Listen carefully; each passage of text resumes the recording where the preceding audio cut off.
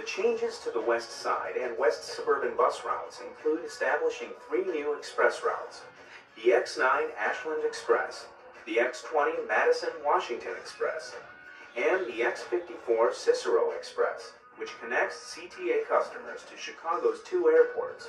The X54 Cicero Express route will connect to the Jefferson Park Blue Line of the O'Hare branch, which allows that connection to O'Hare Airport. In addition, on the southern end, it'll connect to Midway Orange Line Station. 2 new local bus routes also help improve CTA customers' daily commutes. The number 38 Ogden-Taylor route links the west side to Metra's Ogilvie and Union Stations, UIC, and the Illinois Medical District. Also, the new number 127 Roosevelt-Madison Circulator replaces the number 127 Northwest Madison route and connects Roosevelt Station on the orange, red, and green lines, Metra stations, and the Illinois Medical District. As part of the bus service enhancements, 4 existing West Side routes are being extended, and 4 other existing routes are adjusting routes and schedules. Here's a look at the routes slated for improvement.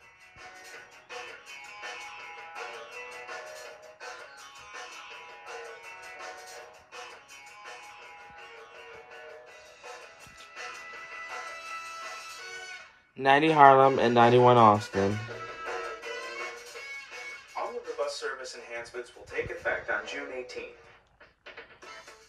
This summer, it's also time for the CTA and its customers to think pink.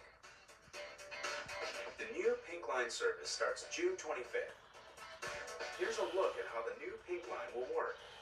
Pink Line trains will operate from 54th Cermak, making all stops along the line to Polk Street Station, where trains will travel across the Paulina Connector to share the tracks with Green Line trains at Ashland and Clinton stations.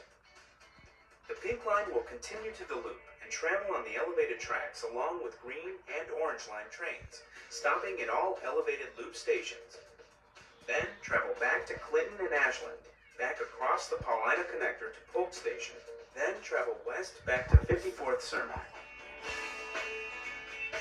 The 54th Cermak Blue Line will continue to operate during morning and evening rush hours.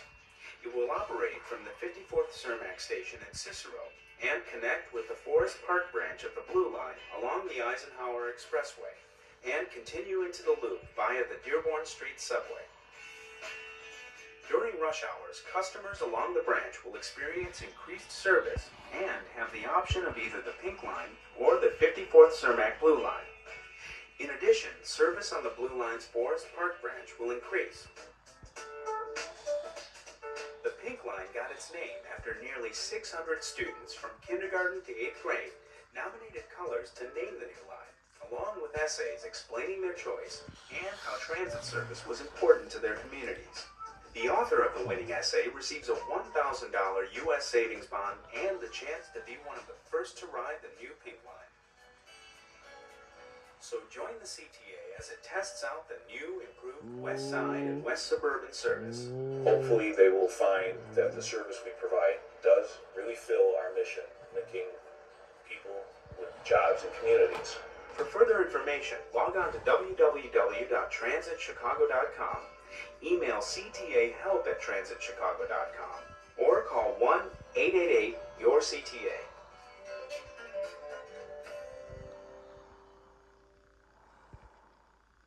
The number 21 Cermak bus will take us east toward Halstead, in a neighborhood that blends the old and the new.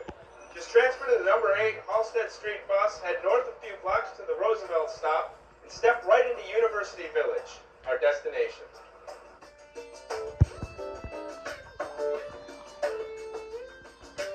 A journey on the number 8 Halstead bus can take you to one of the up-and-coming neighborhoods in Chicago, University Village. Step off the number 8 at Halstead and Roosevelt, and you're in the heart of University Village, a 58-acre community named for its proximity to the University of Illinois at Chicago campus. The area boasts 800 residences for UIC students, with an additional 750 dorms in the new Stuckel Towers, which is currently under construction. The dorms blend with a collection of new housing, including historic lofts, condos, and townhomes. Tree-lined streets and open green space add a real neighborhood feel. of the community is University Marketplace, hosting a number of shops and restaurants that are bringing in the crowds. One place you can meet the locals and take in the scene is a new restaurant on Maxwell Street, Hash Browns. Bring a big appetite when you sit down at Hash Browns. They're cooking up standard breakfast fare, but with a twist. Be sure to try their house specialty, which keeps customers coming back for more. The hash brown. I've tried to replicate them at home. I've come close, but I haven't really hit it yet. So I'm still trying, but that's definitely a reason to come back. Hash browns are made with sweet potatoes or white potatoes. And if you like your spuds, you can even order an entire plate of them. Hash browns customers are also coming through the door for the omelets, which are all about Chicago. A favorite is the Maxwell Street omelet. What's in it alone explains Maxwell Street, you know? The Polish, grilled onions, and the pork chop. That explains it all here. Anyone that comes here loves it. They really do. So once I get you in the door, you'll be back. You'll inquire a taste for one of my omelets. Everything is fresh, nothing's frozen. With a full belly, you might be looking for someplace to relax, and a short walk will take you to Barber's Bookstore. Barber's is a Chicago original that first opened in Old Town in 1963. It's now an expanding chain with its flagship store that opened in University Village in 2004. Still, what makes Barber's unique is the books you'll find in the store. It's not a cookie-cutter corporate store. We cater to very literary-minded people. We carry all the same mainstream books that you might find in some of the other bigger stores, but we also carry a lot of what I would consider middle-tier publishers, books that you don't find in your typical bookstore. Barber's takes a very personal approach when it comes to book selling. The staff are book lovers themselves, and you can find out their thoughts on certain books by reading their handwritten recommendations. Everybody in the store has their own genre that they really pay attention to, so you usually find in all of our bookstores someone that has an idea about all of the different topics. Barber's has pulled in some big names in literature over the years, including President Bill Clinton. And if you're looking for a signed copy of a book from a visiting author, Barber's may have it, as signed copies are also sold in the store. If you not only want a recommendation on a good book, but also want a good bottle of wine, step a few doors down from Barber's to Lush Wine and Spirits. This new wine store specializes in boutique wines from around the world. We focus on very small and artisanal boutique wineries, and so that way you always get a new product that you've never seen before, heard of before, and we just celebrate diversity. Whether you're a connoisseur or new to the world of wine, Lush will help you find a bottle that's just right. And you can taste many of the wines before you buy. Chianti is a little bit dusty, a little darker. They can taste new labels, they can taste new grapes, new regions, and it's just a really great educational opportunity for a lot of people who want to know just a little bit more about wine. You never walk out of here disappointed because you know that you like what you bought. Bottles of wine at Lush range from $8 to $180. So whether you prefer red or white or something in between, there's something for the wine connoisseur in you.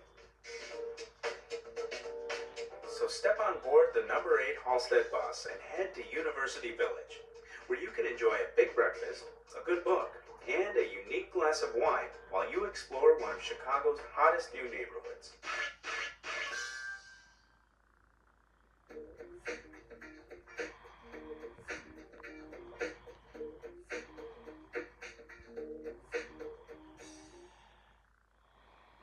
Boarding the Red Line, a popular route this time of year for baseball fans, especially those heading to the Crosstown Series.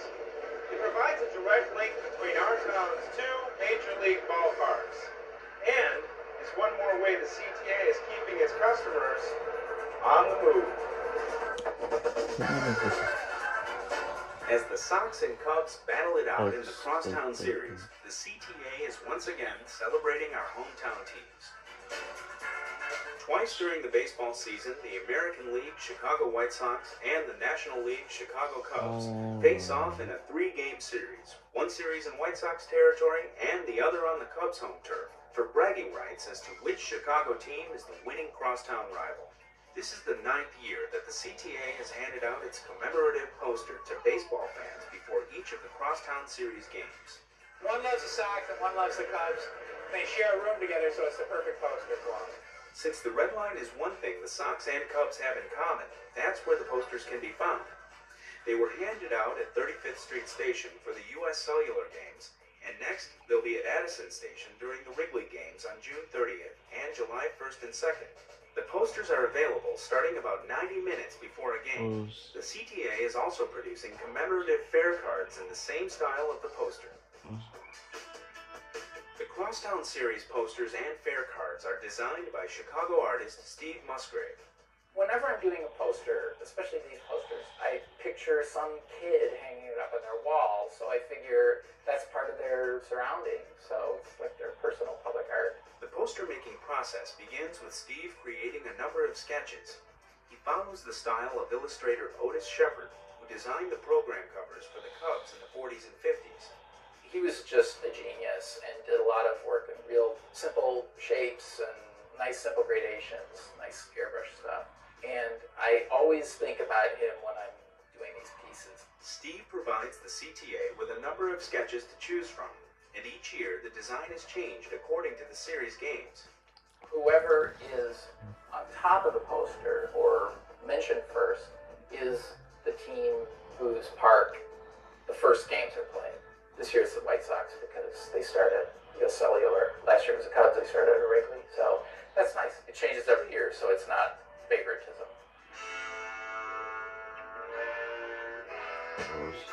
You may have recognized Steve's work. He also has his own gallery of sorts in Addison Station, which he adopted in 1998 as part of the CTA's Adopt a Station program. Addison Station is where you can see Steve's mural-like paintings depicting Cubs legends like Ryne Sandberg and Ernie Banks in action.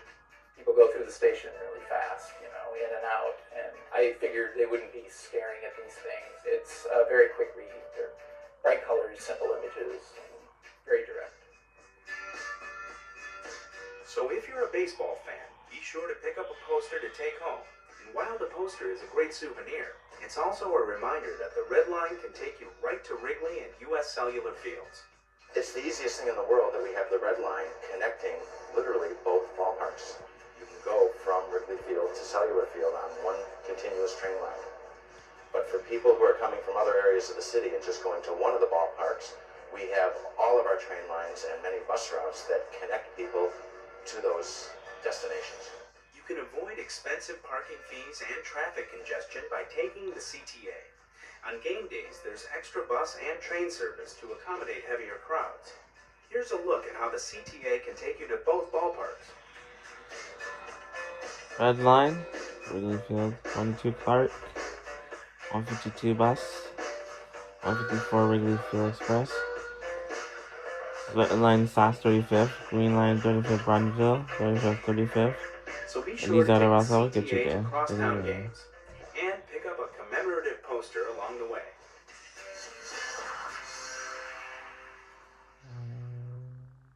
Whether by rail or bus, the CTA provides a link between Chicago's many neighborhoods, as well as 40 suburbs. It's a great way to explore local treasures, like the Hyde Park Art Center, our last stop. The doors have opened at the new home of the Hyde Park Art Center.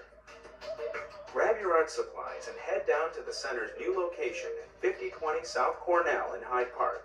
Inside the new facility, you'll find art classes for children and adults in ceramics, painting, drawing, and even digital art. The 32,000 square foot building offers a lot of space for art classes, exhibitions, and discussions. And it will allow the Hyde Park Art Center to serve the community in a big way.